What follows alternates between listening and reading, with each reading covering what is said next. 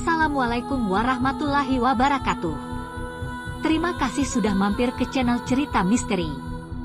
Buat kalian yang sudah subscribe, semoga selalu diberi kesehatan dan keberkahan. Yang belum subscribe, jangan lupa klik tombol subscribe. Saya doakan kalian yang baru subscribe, dilimpahkan rezeki yang banyak. Saya akan bawa kalian ke dalam cerita yang mencekam dan penuh misteri. Dengarkan sampai akhir, karena setiap detiknya akan membuat bulu kuduk kalian berdiri. Siapkan nyali kalian, kita mulai ceritanya.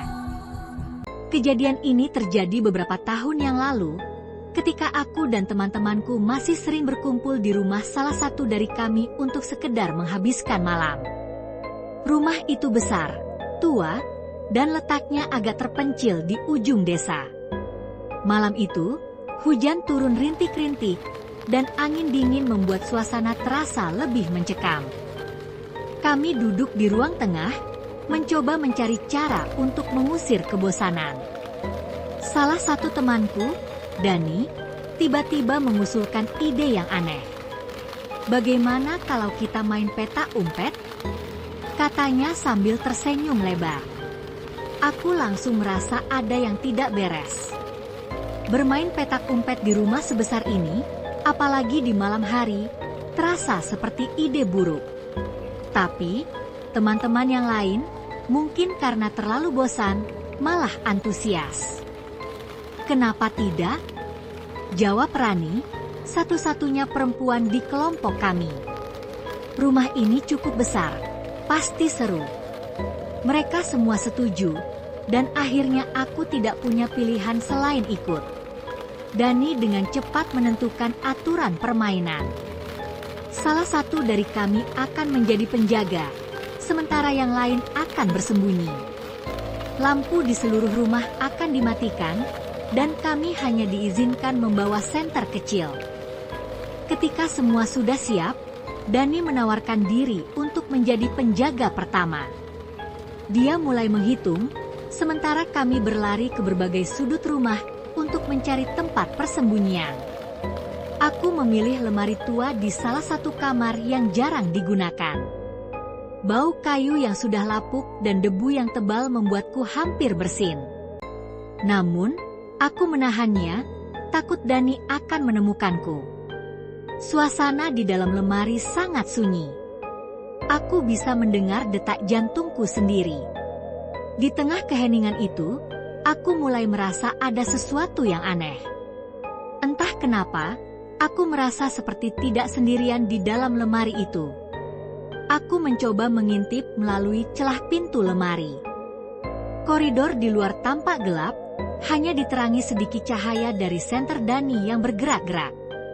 Aku bisa mendengar langkah kaki Dani semakin mendekat, lalu menjauh lagi. Namun, suara lain mulai terdengar. Suara langkah kaki yang lebih berat, lebih lambat, seolah-olah ada orang lain yang berjalan di koridor itu. Aku mencoba menenangkan diri, berpikir itu mungkin hanya suara gema atau angin. Tapi kemudian, pintu lemari di depanku tiba-tiba terbuka perlahan. Aku menahan napas saat pintu lemari terbuka. Namun, yang berdiri di depanku bukan Dani. Sosok itu lebih tinggi, dengan tubuh yang kurus dan postur yang membungkuk. Wajahnya tertutup bayangan, tetapi mata itu merah menyala, menatapku dengan intens. Aku ingin menjerit, tetapi suaraku seperti tertahan di tenggorokan. Sosok itu tidak bergerak, hanya berdiri di sana, menatapku. Udara di sekitar terasa lebih dingin, dan bau busuk menyeruak ke hidungku. Dengan perlahan, sosok itu mengangkat tangannya, menunjuk ke arah pintu kamar. Seolah-olah dia ingin aku pergi. Aku tidak tahu dari mana keberanian itu muncul, tetapi aku langsung keluar dari lemari dan berlari menuju koridor. Langkah kakiku terdengar menggema di sepanjang lorong. Aku terus berlari tanpa menoleh ke belakang, takut melihat sosok itu mengejarku. Namun, saat aku sampai di ruang tengah, aku mendapati sesuatu yang aneh.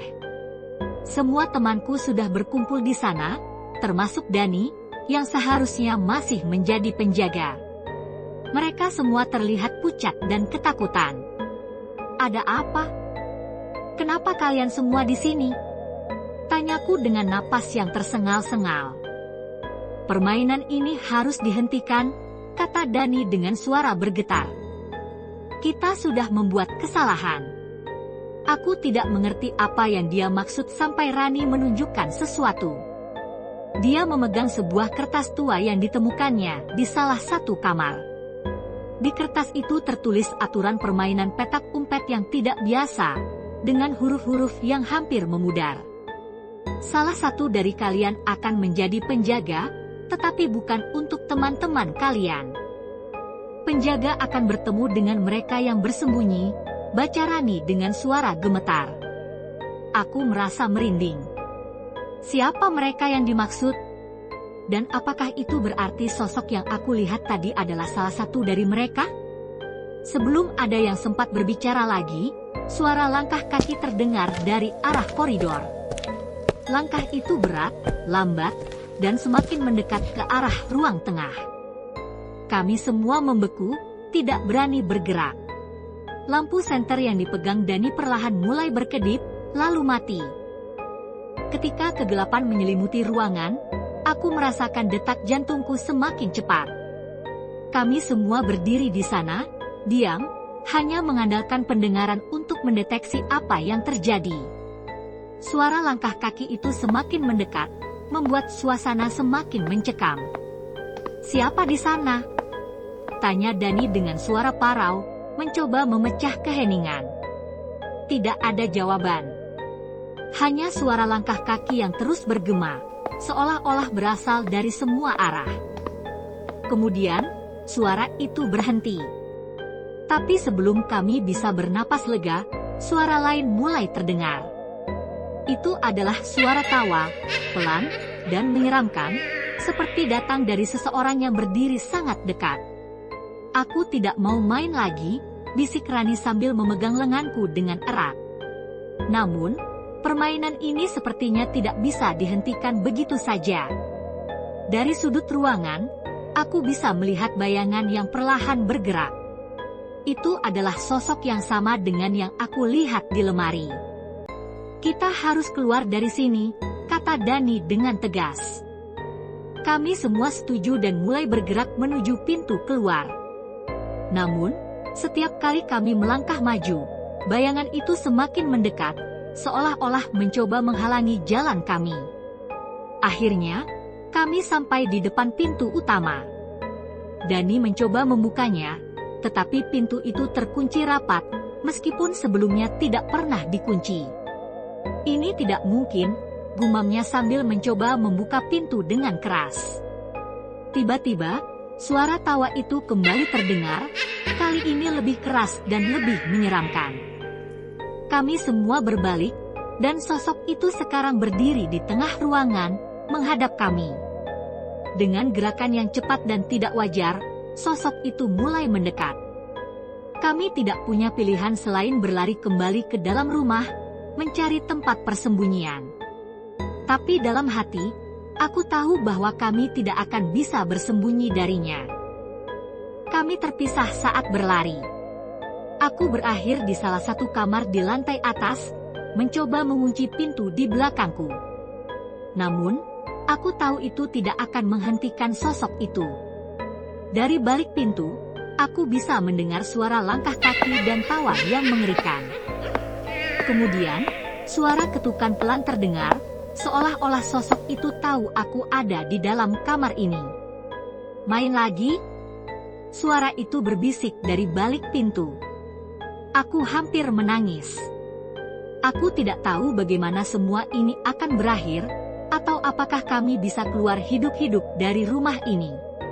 Tiba-tiba, pintu terbuka dengan sendirinya, dan sosok itu berdiri di sana, dengan senyum menyeramkan di wajahnya. Aku ingin lari, tetapi tubuhku tidak bisa bergerak.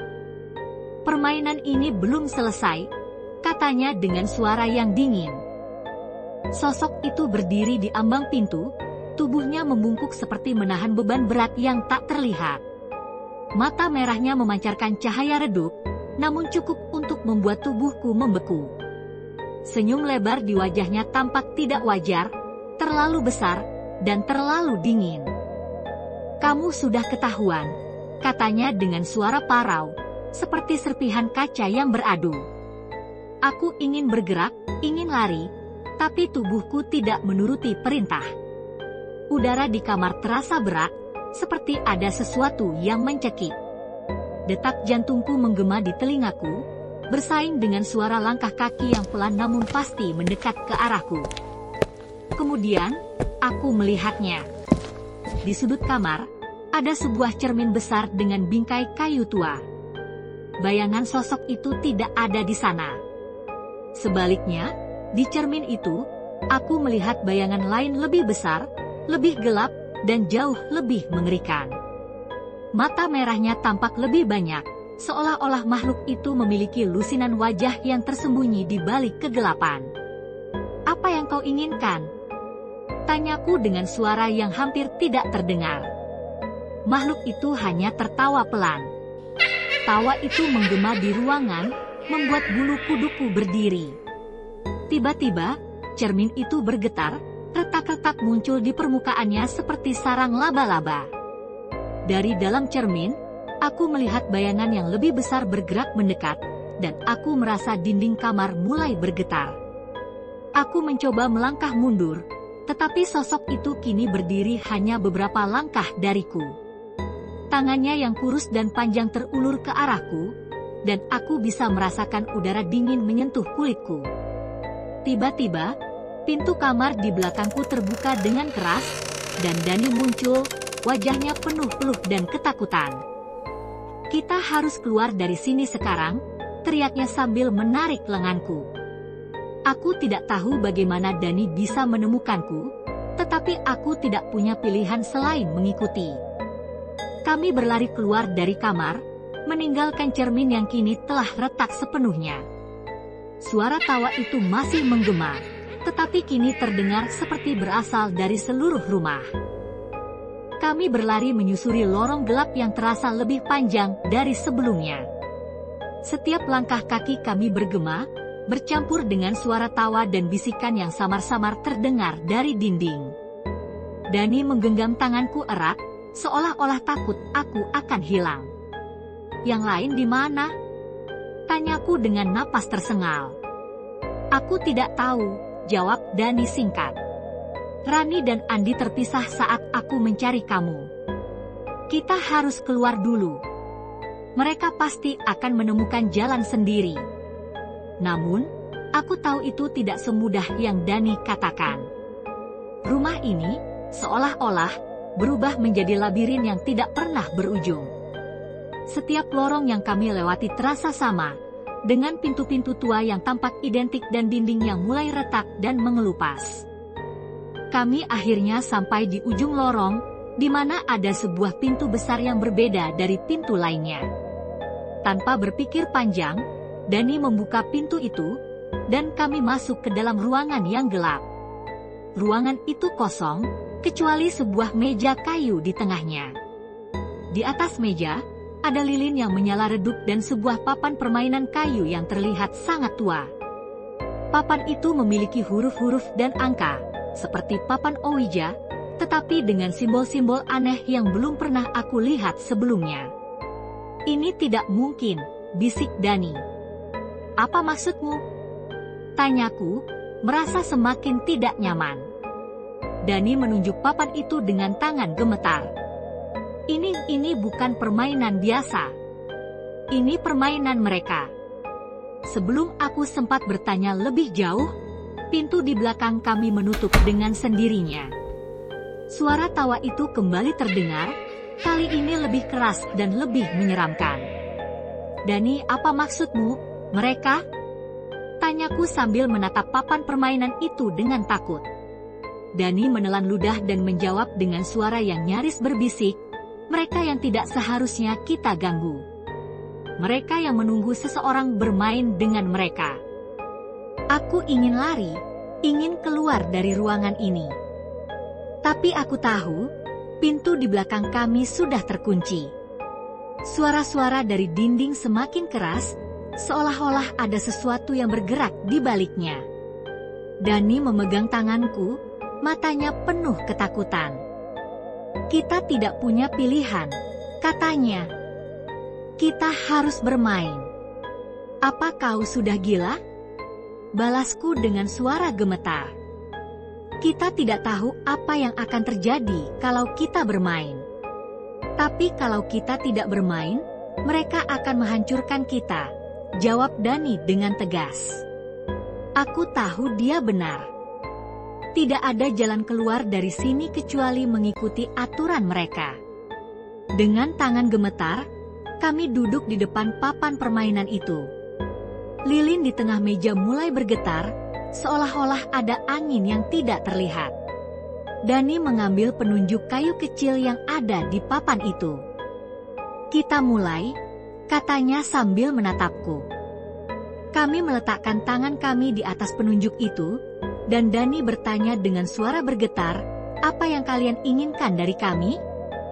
Penunjuk itu mulai bergerak dengan sendirinya, membentuk kata-kata yang membuat darahku membeku. "Hidupmu."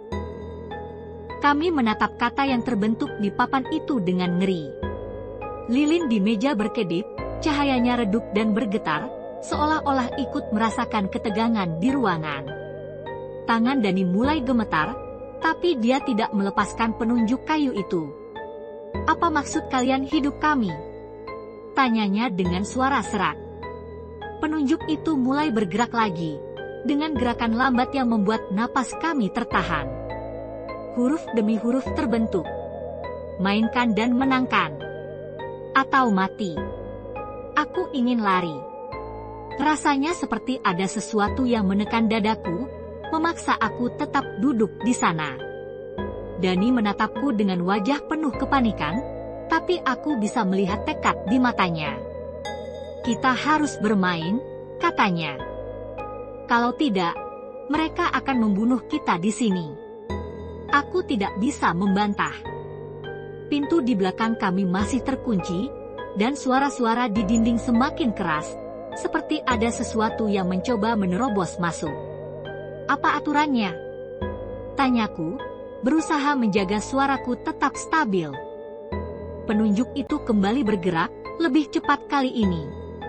"Sembunyi. Bertahan sampai subuh." Tiba-tiba, lilin di meja padam, dan ruangan tenggelam dalam kegelapan total. Aku mendengar suara tawa itu lagi, lebih dekat dan lebih menyeramkan. "Lari!" teriak Dani, menarik tanganku.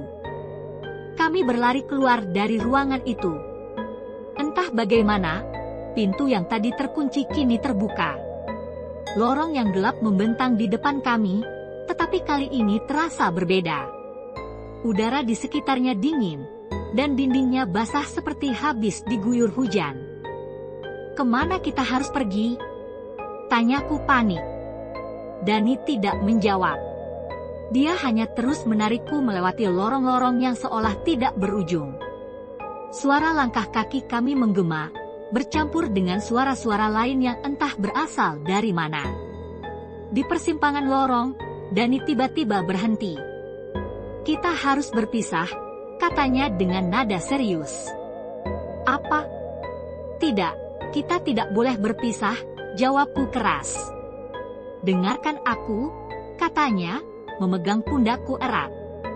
"Kalau kita bersama, mereka akan menemukan kita lebih cepat. Kita harus sembunyi di tempat terpisah. Ingat, ini cuma sampai subuh. Kita bisa melakukannya." Aku ingin membantah, tapi suara langkah berat yang mendekat dari balik kegelapan membuatku mengangguk setuju. "Baiklah," kataku dengan suara gemetar. Dani memberiku senter kecil yang dia temukan entah di mana. "Jangan nyalakan terus-menerus," katanya. "Gunakan hanya saat benar-benar perlu." Kami berpisah di persimpangan itu, dan aku berlari ke arah kanan, sementara Dani ke kiri. Aku berlari sejauh mungkin sebelum akhirnya menemukan sebuah ruangan kecil yang kosong. Ruangan itu hanya berisi beberapa kotak kayu tua yang tampak rapuh. Dengan cepat, aku bersembunyi di balik salah satu kotak itu, berusaha mengatur napasku yang memburu. Kegelapan di ruangan itu begitu pekat, hampir membuatku merasa tercekik. Aku mematikan senter dan mendengarkan. Awalnya, hanya ada keheningan. Tapi perlahan-lahan, aku mulai mendengar suara-suara aneh. Langkah kaki berat terdengar mendekat, diikuti oleh suara geraman pelan. Aku tidak bisa melihat apa-apa, tapi aku tahu sesuatu ada di sana, di lorong di luar ruangan. Geraman itu semakin keras, dan pintu ruangan mulai terbuka perlahan, mengeluarkan suara berderit yang mengerikan. Aku menahan napas, berharap makhluk itu tidak menemukan tempat persembunyianku. Namun, saat pintu terbuka sepenuhnya, aku melihat sesuatu yang membuat darahku membeku. Sepasang mata merah menyala menatap langsung ke arahku dari kegelapan. Aku tahu aku sudah ketahuan. Makhluk itu masuk ke ruangan, tubuhnya yang besar dan kurus terlihat seperti bayangan hidup. Taring panjang mencuat dari mulutnya, dan kuku-kukunya yang tajam berkilauan di bawah cahaya redup yang entah datang dari mana. Aku berusaha tetap diam, tapi tubuhku gemetar hebat. Makhluk itu berhenti tepat di depan kotak tempat aku bersembunyi, mengendus-ngendus udara seperti sedang mencari sesuatu. Tiba-tiba, makhluk itu mencakar kotak kayu di depanku, menghancurkannya dalam sekali serang. Aku berteriak dan menyalakan senter, mengarahkannya langsung ke mata makhluk itu. Cahaya dari senter tampaknya membuatnya mundur sejenak, tapi aku tahu itu tidak akan bertahan lama. Aku berlari keluar dari ruangan itu, mendengar suara geraman marah di belakangku. Lorong-lorong itu terasa seperti perangkap. Tidak peduli kemana aku berlari, aku selalu merasa seperti kembali ke tempat yang sama. Apa ini? Teriakku putus asa. Tapi tidak ada jawaban, hanya suara langkah kaki makhluk itu yang semakin dekat. Aku terus berlari, napas terengah-engah dan keringat dingin mengalir deras di tubuhku. Langkah kaki makhluk itu semakin mendekat, menggema seperti dentang logam yang menghantam lantai. Udara di lorong semakin pengap, seolah-olah dindingnya merapat dengan sendirinya, membuatku merasa terkurung. Lalu, aku melihatnya, setitik cahaya di ujung lorong. Aku berlari sekuat tenaga, mengabaikan rasa sakit di dadaku dan nyeri di kakiku. Tapi sebelum aku sampai, suara tawa itu kembali terdengar, kali ini seperti berasal dari segala arah. Cahaya itu tiba-tiba padam, meninggalkan aku dalam kegelapan total. Tidak mungkin, gumamku, setengah menangis. Makhluk itu kini berada sangat dekat. Aku bisa merasakan getaran langkahnya di lantai. Dengan tangan gemetar, aku menyalakan senterku, mengarahkannya ke belakang. Dan di sanalah ia berdiri. Sosok besar dengan tanduk melengkung yang hampir menyentuh langit-langit, kulitnya hitam legam seperti arang yang membara. Taringnya berkilauan, dan matanya yang merah menyala seperti bara api menatapku dengan penuh kebencian. Darah hitam menetes dari ujung kukunya, meninggalkan jejak di lantai. Aku mundur perlahan, mencoba menjaga jarak. Tapi makhluk itu tidak bergerak, hanya berdiri di sana, menatapku dengan intensitas yang membuat bulu kuduku berdiri. Apa yang kau inginkan? Tanyaku dengan suara gemetar. Makhluk itu mengangkat tangannya yang besar dan menunjuk ke arahku.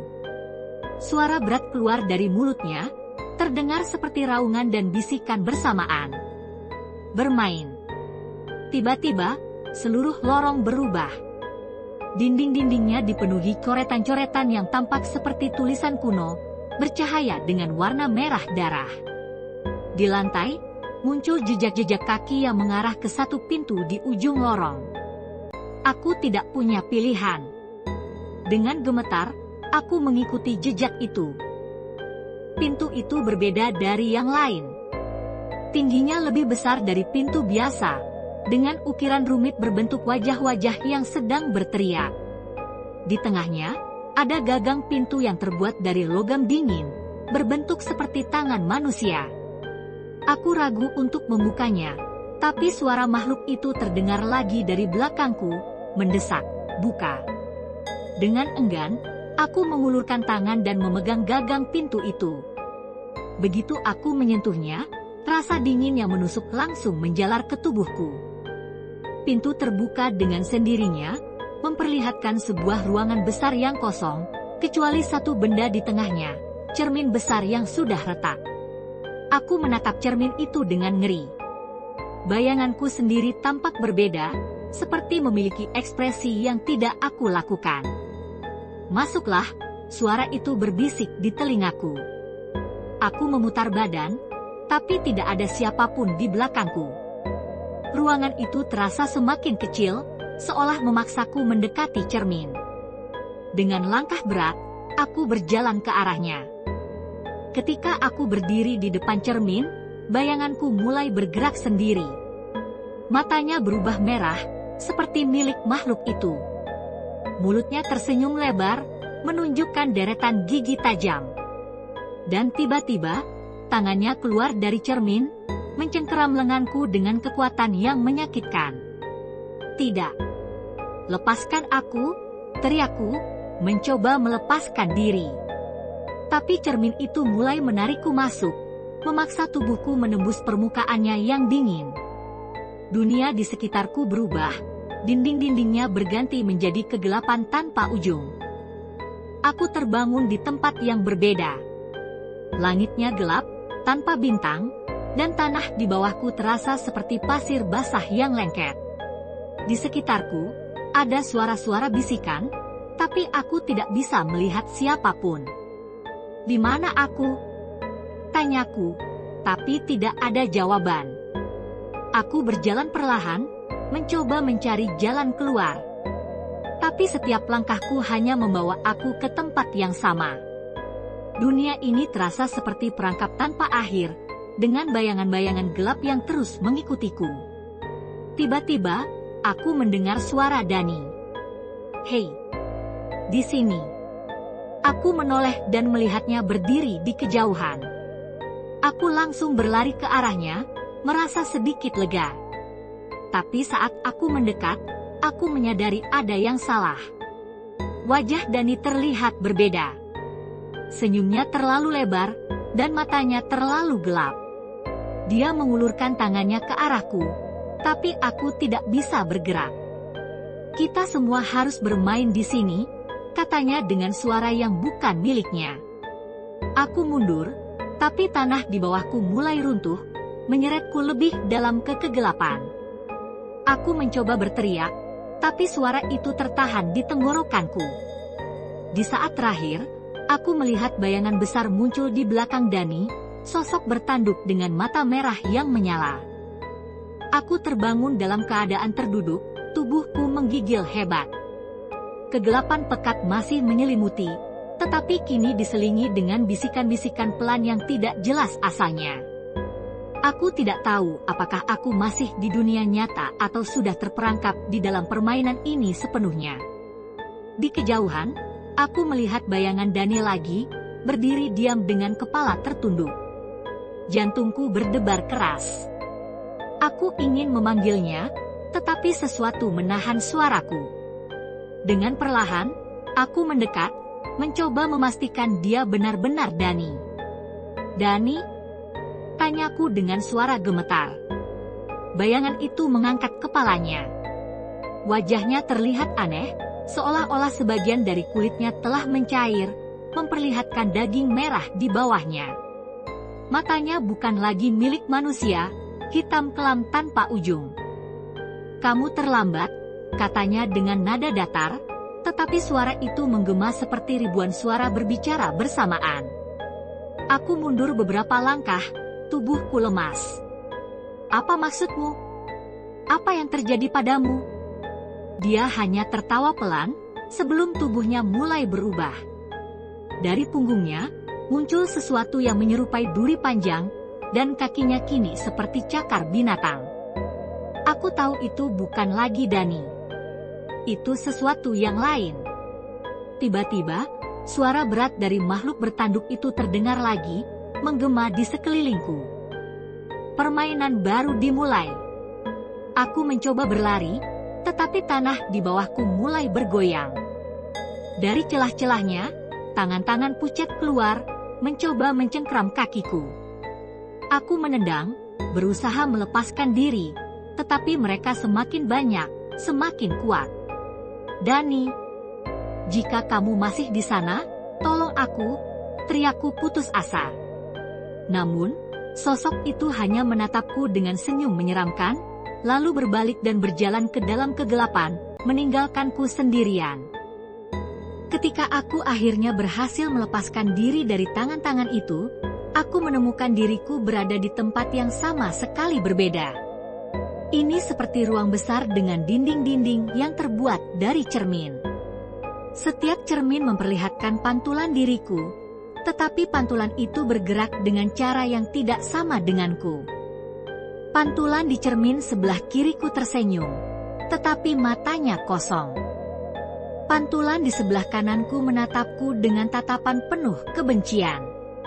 Mereka mulai berbisik, suara mereka bercampur menjadi satu, membentuk kalimat yang mengerikan. Kamu tidak akan pernah keluar. Aku berlari melewati ruang itu, tetapi cermin-cermin itu terus mengikuti, seperti tidak ada ujungnya. Aku memukul salah satu cermin dengan tangan kosong, berharap bisa menghancurkannya. Tapi bukannya retak, cermin itu malah menghisap tanganku, menarikku masuk ke dalamnya. Aku terlempar ke ruangan lain, lebih gelap, lebih dingin. Bau busuk menyeruak, dan aku mendengar suara langkah kaki di belakangku. Suara itu semakin mendekat, tetapi aku tidak berani menoleh. Apa yang kalian inginkan dariku? Teriakku, air mata mengalir di wajahku. Suara itu menjawab, kali ini lebih keras dan jelas, hidupmu. Dan hidup semua orang yang masuk ke sini. Aku terhuyung, merasa seperti semua harapan telah hilang. Aku tidak tahu berapa lama aku sudah berada di sini. Waktu tidak terasa nyata lagi. Kegelapan ini terus menyiksaku, membuatku mendengar suara-suara aneh, melihat bayangan yang menghilang begitu saja, dan merasakan kehadiran makhluk-makhluk yang aku tahu tidak bisa aku lawan. Tiba-tiba, aku mendengar suara yang familiar. Suara Dani. Tapi kali ini dia terdengar lemah, hampir seperti menangis.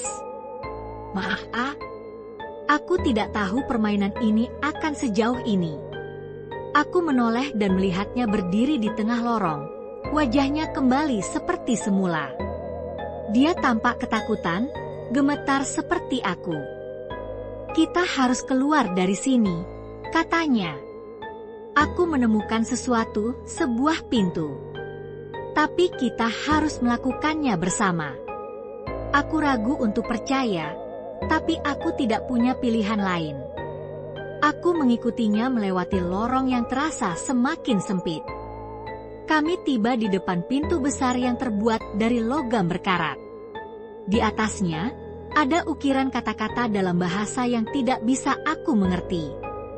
Dani menatapku. Kita harus membukanya bersamaan.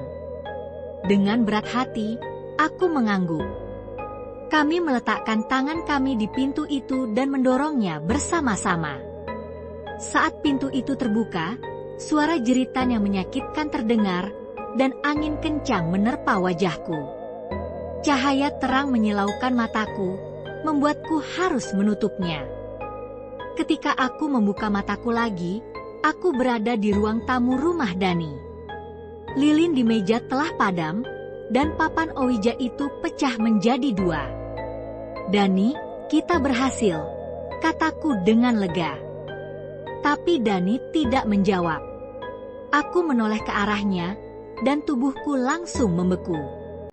Wajahnya kini tidak lagi seperti Dani, melainkan wajah makhluk bertanduk itu, tersenyum lebar dengan taringnya yang tajam. Permainan belum selesai, katanya, sebelum ruangan itu berubah kembali menjadi kegelapan.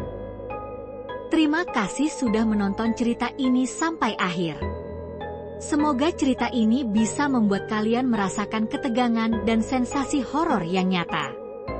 Buat kalian yang sudah subscribe, saya doakan selalu diberikan kesehatan, rezeki yang berkah, dan dijauhkan dari hal-hal buruk. Buat yang belum subscribe, jangan lupa klik tombol subscribe dan nyalakan lonceng notifikasinya, supaya kalian gak ketinggalan cerita-cerita seram lainnya di channel ini. Sampai jumpa di cerita berikutnya. Wassalamualaikum warahmatullahi wabarakatuh.